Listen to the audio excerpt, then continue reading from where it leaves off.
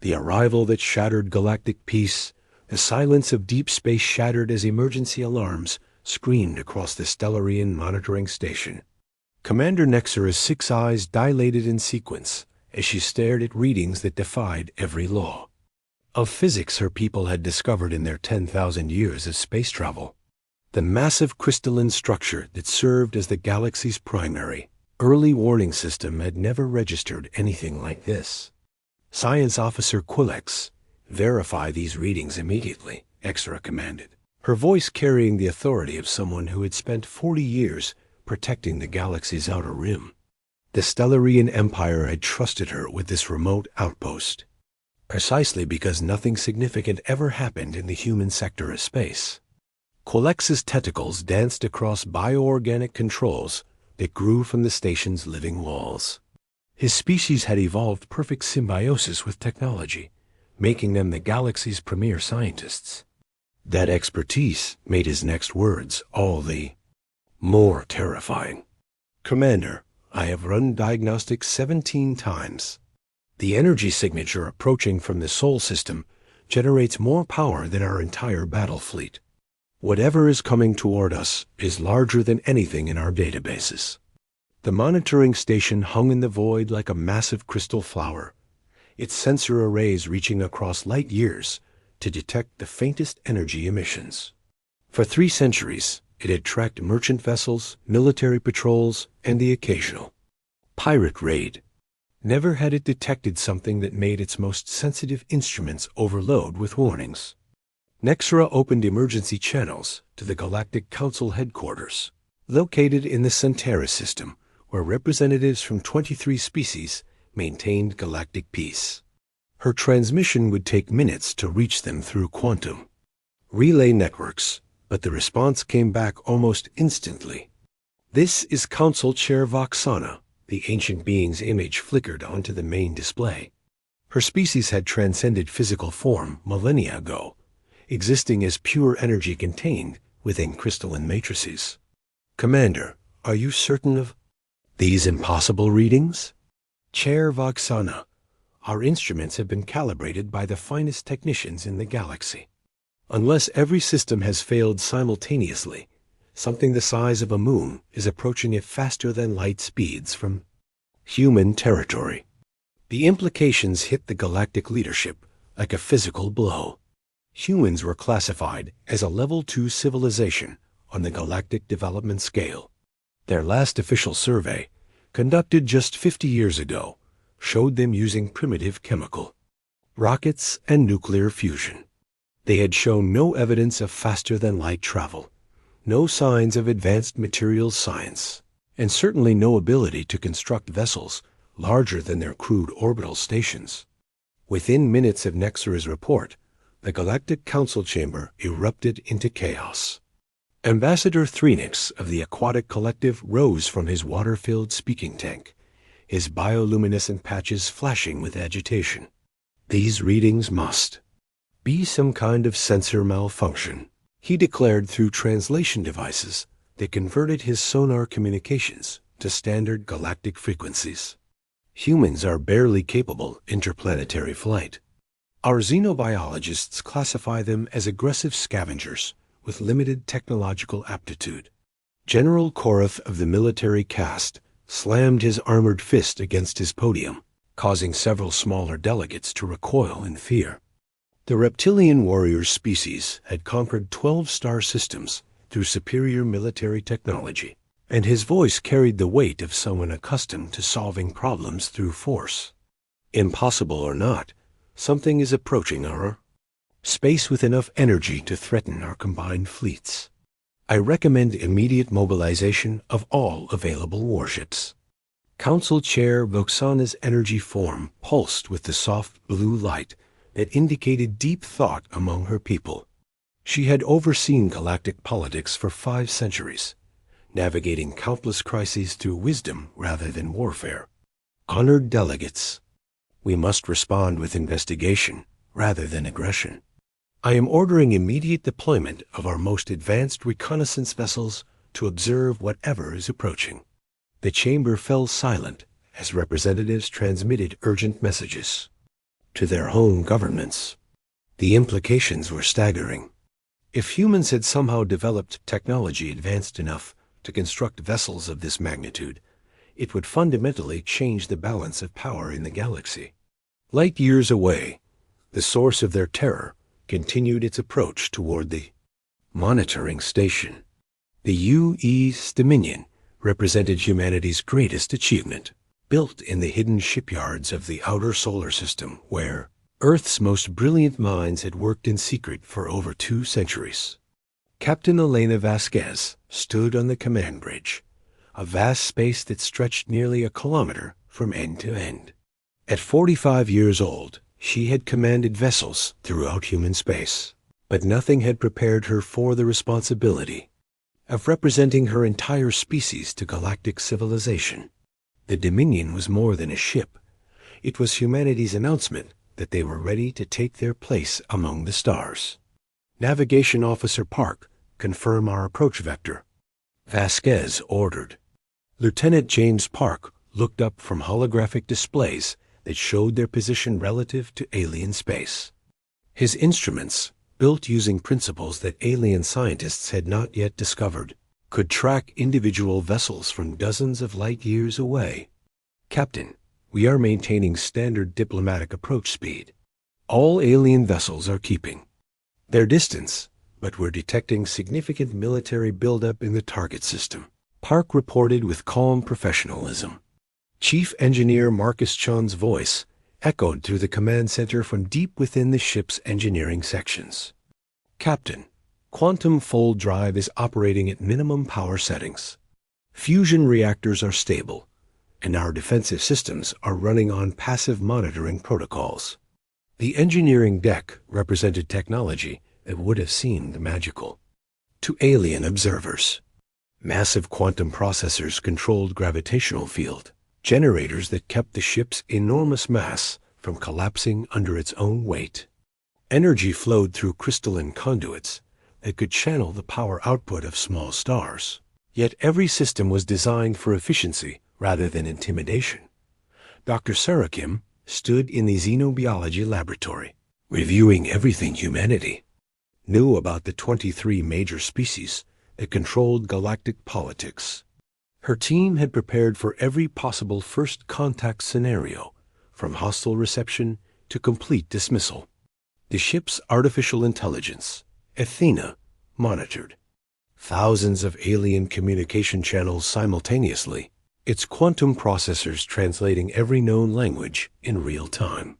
Captain, Athena is detecting increased military chatter across all major species networks, Dr. Kim reported. They're calling emergency sessions and mobilizing fleets. Our approach is causing exactly the reaction Earth Command predicted. Captain Vasquez nodded thoughtfully. Earth's Xenopolitics Department had spent decades analyzing alien behavior patterns, preparing for this exact moment. They had predicted that galactic civilization would respond to humanity's revelation with either fear or disbelief, possibly both. The truth was that humanity had been preparing for first contact since their earliest. Radio telescopes detected artificial signals from space. While alien civilizations assumed humans were still discovering basic physics, Earth's greatest scientists had been reverse engineering alien technology and pushing far beyond what anyone thought possible. ATHENA's synthesized voice filled the bridge with its calm, professional tone. Captain, we are now detecting 437 alien vessels converging on our position. Fleet compositions include ships from 16 different species, including several that our databases classify as traditionally hostile to each other. The ship's sensors, far more advanced than anything aliens possessed, painted a detailed picture of the space ahead. The monitoring station appeared on displays as a delicate collection of crystal and metal, dwarfed by the massive human vessel. Approaching it, dozens of alien ships maintained careful distances, their crews undoubtedly struggling to understand what they were witnessing. Communications Officer Reynolds, prepare for first contact protocols, Vasquez ordered. Commander Lisa Reynolds had trained her entire life for this moment, learning dozens of alien languages and cultural protocols that humanity had secretly studied for generations. All systems ready, Captain? Athena has loaded diplomatic subroutines for all major species. We can communicate in their native languages with perfect pronunciation and cultural context. The moment that would change galactic history forever was approaching rapidly. In less than an hour, the UEC Dominion would drop out of faster-than-light travel in full view of alien civilization, carrying with it the power to reshape everything the galaxy thought it knew about technological development, species classification, and the nature of intelligent life itself. As the massive human vessel prepared to make its grand entrance, sensor arrays across 3 star systems tracked its approach with instruments that strained to comprehend what they were detecting. The galaxy held its breath, completely unprepared for what humanity was about to reveal. Asterisk. When diplomacy meets overwhelming power, the moment of arrival shattered the silence of space with a flash of twisted reality as the UES Dominion dropped out of hyperspace at the edge of the monitoring station's sensor range. For the first time in recorded galactic history, an entire civilization fell completely silent in stunned disbelief.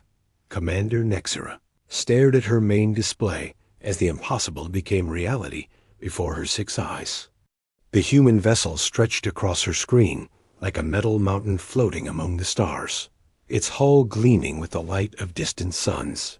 The ship's 18-kilometer length dwarfed everything in her experience, making the massive Stellarian monitoring station appear as tiny as a grain of sand. Science Officer Quillex, confirm vessel dimensions, she whispered, her voice barely audible over the hum of overloaded instruments throughout the station. Quillex's tentacles trembled as he read measurements that challenged everything he understood about engineering and physics. Commander, the vessel measures 18.3 kilometers in length, 5.7 kilometers in width, and 4.2 kilometers in height. Mass readings indicate it contains more processed materials than our 3 largest shipyards combined. Aboard the human vessel, Captain Elena Vasquez stood calmly on her bridge as her crew prepared for the galaxy's first official contact with humanity. The command center's displays showed dozens of alien ships maintaining careful distances, their crews undoubtedly struggling to process what they were witnessing. Communications Officer Reynolds, initiate standard first contact protocols, Vasquez ordered with steady authority. Begin with basic mathematical sequences, then progress to linguistic patterns. Commander Lisa Reynolds' fingers moved across holographic controls that responded to neural impulses as much as physical touch. The communication array built into the Dominion's hull was powerful enough to broadcast messages across entire star systems, but for this historic moment, it would speak gently to the frightened aliens nearby. The first transmission from humanity reached every vessel in the system as a series of prime numbers followed by mathematical constants that any spacefaring civilization would recognize. The message was simple, universal, and undeniably intelligent. The second transmission sent shockwaves through every alien crew when Dr. Sarah Kim's voice spoke clearly in perfect Galactic Standard, a common language used by all member species of the Council. Her words carried across space with crystal clarity, each syllable pronounced exactly as a native speaker would. Greetings to the monitoring station and all assembled vessels. This is Dr. Sarah Kim of the United Earthship Dominion, representing humanity in our first official contact with galactic civilization. We come in peace and friendship, seeking dialogue and mutual understanding between our peoples. The silence that followed lasted for nearly 15 minutes as every alien present tried to process the implications. The humans had not only built a vessel that dwarfed anything in the known galaxy, but they spoke Galactic Standard as if they had been using it for centuries. Captain Zeltrix of the Aquatic Collective's research vessel, Deep Current, was the first to find her voice.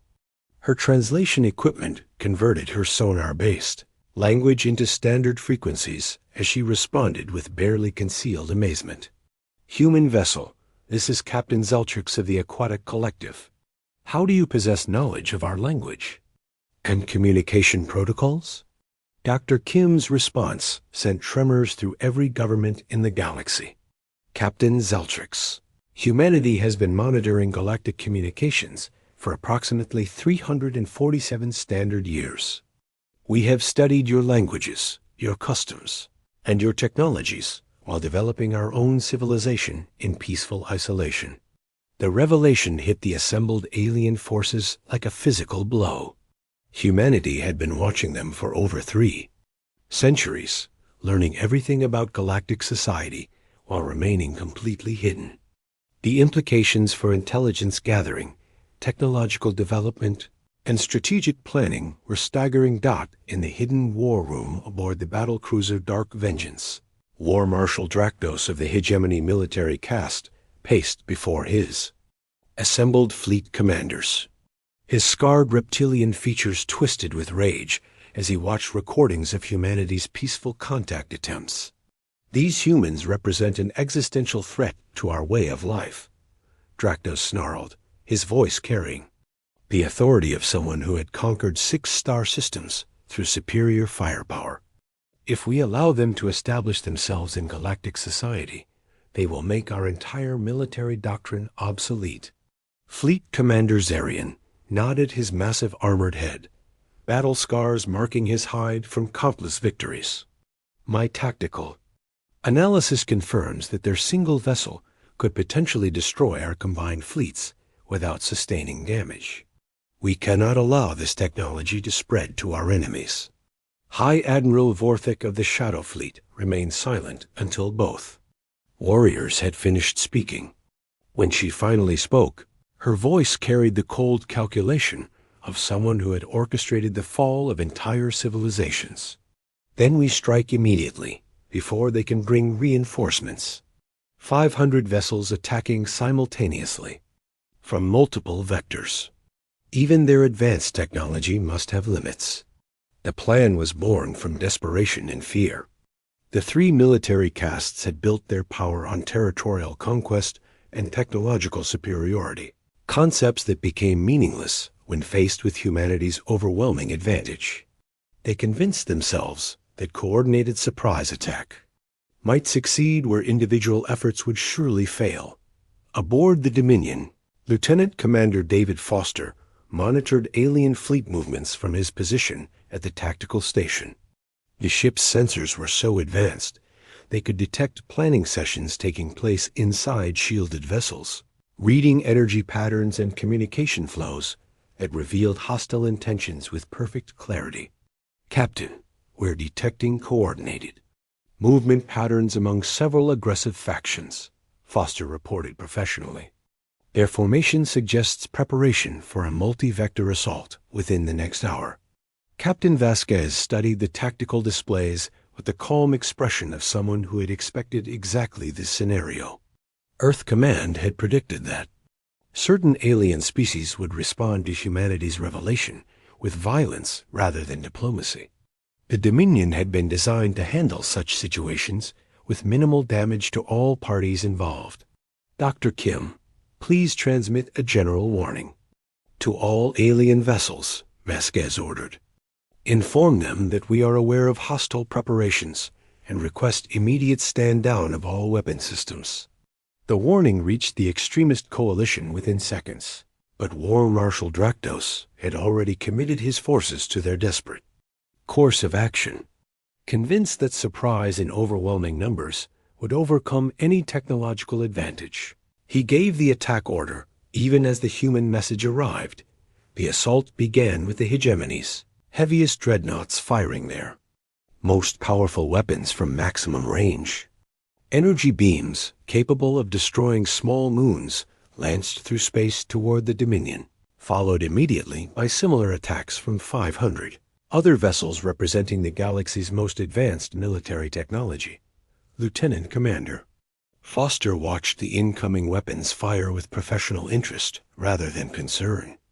"Captain, detecting multiple high-energy impacts against our primary defensive grid.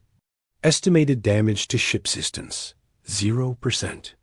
The human vessel's shields absorbed the combined firepower of 500 attacking ships without even flickering. The defensive systems protecting the Dominion operated on principles that alien science could not yet comprehend, manipulating space-time itself to redirect incoming energy into harmless directions. War Marshal Dractos watched his fleets most. Powerful weapons strike the human ship and accomplish absolutely nothing.